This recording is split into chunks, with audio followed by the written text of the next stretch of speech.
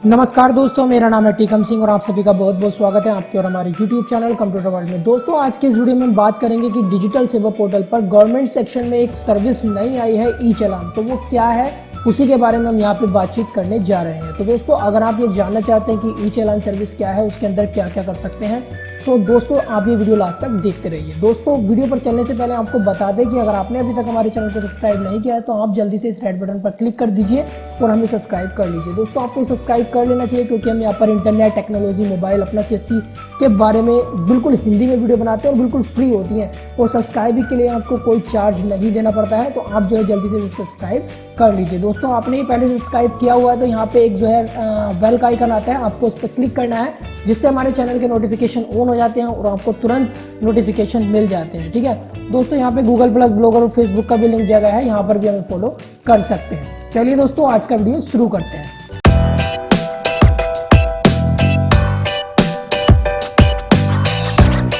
तो दोस्तों, सबसे पहले आ जाना आपको डिजिटल सेवा पोर्टल पर। डिजिटल सेवा पोर्टल में आप जब आ जाएंगे तो यहाँ पे आपको गवर्नमेंट सेक्शन पे क्लिक करना है। जैसे ही आप गवर्नमेंट सेक्शन पे क्लिक करते हैं तो ये गवर्नमेंट सेक्शन की सर्विसेज आपके सामने आ जाती हैं। तो तब इसमें बहुत सारी सर्विसेज नहीं खुली हैं, मगर ये जो दो सर्विस है, डीडीओ सर्विस और ई चालान सर्विस, मैं एक एक करके बताऊंगा क्योंकि वीडियो ज़्यादा लंबी नहीं कर सकते हैं, क्योंकि लंबी वीडियो देखने में आदमी बोरिंग हो जाता है। तो दोस्तों, छोटी छोटी वीडियो होती है तो अच्छा लगता है। ठीक है, तो दोस्तों आपको बताएंगे सिर्फ ई चालान के बारे में, डीडीओ के बारे में आपको बाद में बता देंगे। ठीक है, ई चालान और डीडीओ एक ही पोर्टल पर खुलेंगे, दोनों एक ही सर्विस है, आपको बता देते हैं।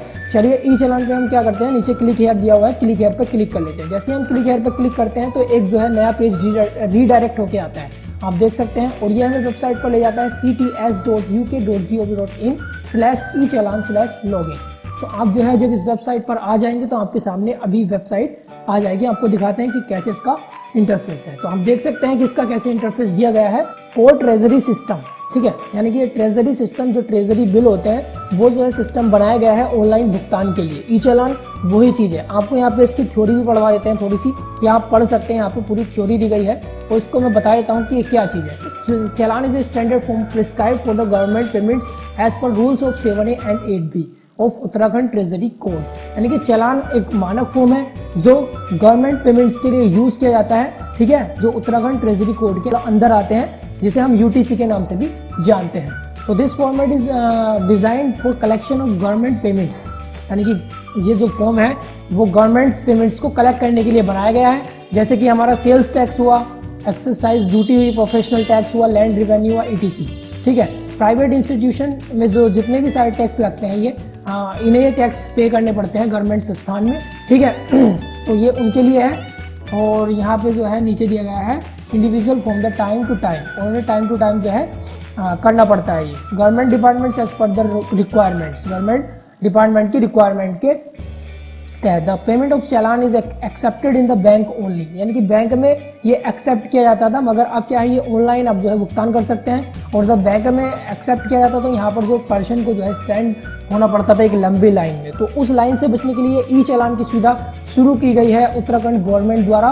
तो ये है आपका sales tax, excise duty, revenue, यानी जितने टाइप के ये टैक्स वगैरह होते हैं जो प्राइवेट संस्थानों को देने पड़ते हैं सरकार को, तो ये सब वही ऑनलाइन तरीके से भरने के लिए यहाँ पे ये पोर्टल स्टार्ट किया गया है ई चालान। आपको बता देते हैं कि आपको इसमें कैसे करना है। अगर आप उत्तराखंड के हैं तो आपको इसमें कैसे लॉगिन होना है, कैसे आपको ये सब करना है। तो दोस्तों, यहाँ पे जब आप आ जाएंगे तो नीचे एक ऑप्शन दिया गया है, यहाँ पे आप देख सकते हैं रेड बटन की एक पट्टी है, लॉगिन विद डिजिटल सेवा कनेक्ट। आपको इस पर क्लिक कर देना है। जैसे ही आप इस पर क्लिक करते हैं तो जब आप पहली बार क्लिक करेंगे तो इसमें जो है आपसे ऑथराइज मांगेगा, तो आपको यस करना है। जैसे ही आप यस कर देते हैं तो आपको दोबारा ये बार बार नहीं मांगेगा ऑथराइज के लिए, आपको डायरेक्ट लॉगिन करके आपको आपकी सर्विस पेज पे ले आएगा। तो आप देख सकते हैं जैसे कि यहाँ पे लिखा हुआ आ रहा है वेलकम। ठीक है, यहाँ पे वेलकम आ रहा है और यहाँ पे हमारी सामने ID आ रही है। ठीक है, यानी हमारी जो CSC ID है वो आ रही है। ठीक है, तो दोस्तों आपको करना क्या है, यहाँ पे ई चालान, आज हम ई चालान के बारे में बात कर रहे हैं। तो ई चालान आप कैसे बना सकते हैं, तो आप देख सकते हैं ई चालान पेमेंट, यहाँ पे आपको ई चालान मिल जाता है स्टार्टिंग में। उसके बाद एम्प्लॉय या पेंशन सर्विसेज हैं, डीडीओ सर्विसेज हैं और पेंशनर लाइफ सर्टिफिकेट है, ये सारी उत्तराखंड की सर्विसेज है। ठीक है, तो यहाँ पे आप जो है ई चालान बना सकते हैं। वो यहाँ पे एम्प्लॉय में या पेंशन सर्विस जितनी है वो कर सकते हैं, डीडीओ सर्विस दे सकते हैं, पेंशनर का लाइफ सर्टिफिकेट जो होता है, यानी कि पेंशनर को एक लाइफ जीवित प्रमाण पत्र जो देना होता है वो आप बना सकते हैं।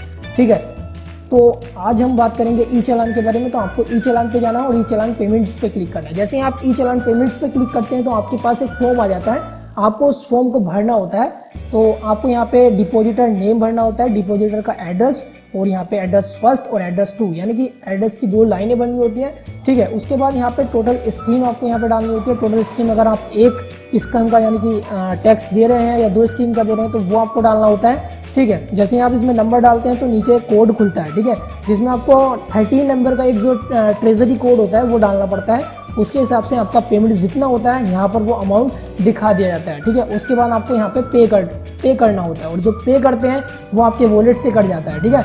और यहाँ पे नीचे एक ऑप्शन लिखा हुआ है, यहाँ पे आप देख सकते हैं CSC service charge will be 10 extra for this service. आपको ओनली 10 रुपये एक्स्ट्रा लेने हैं, ठीक है, इस सर्विस को देने के लिए। तो दोस्तों उम्मीद करते हैं कि आपको ये जो है पता चल गया होगा कि ई चालान क्या है। तो दोस्तों अगर आपके मन में अभी भी कोई सवाल है या सुझाव है तो आप जो हमें कमेंट करके बता सकते हैं। तो दोस्तों उम्मीद करते हैं कि आपको ये वीडियो पसंद आया होगा। तो दोस्तों आज के लिए इतना ही, चलिए मिलते हैं एक नेक्स्ट वीडियो में, तब तक के लिए जय हिंद, वंदे मातरम।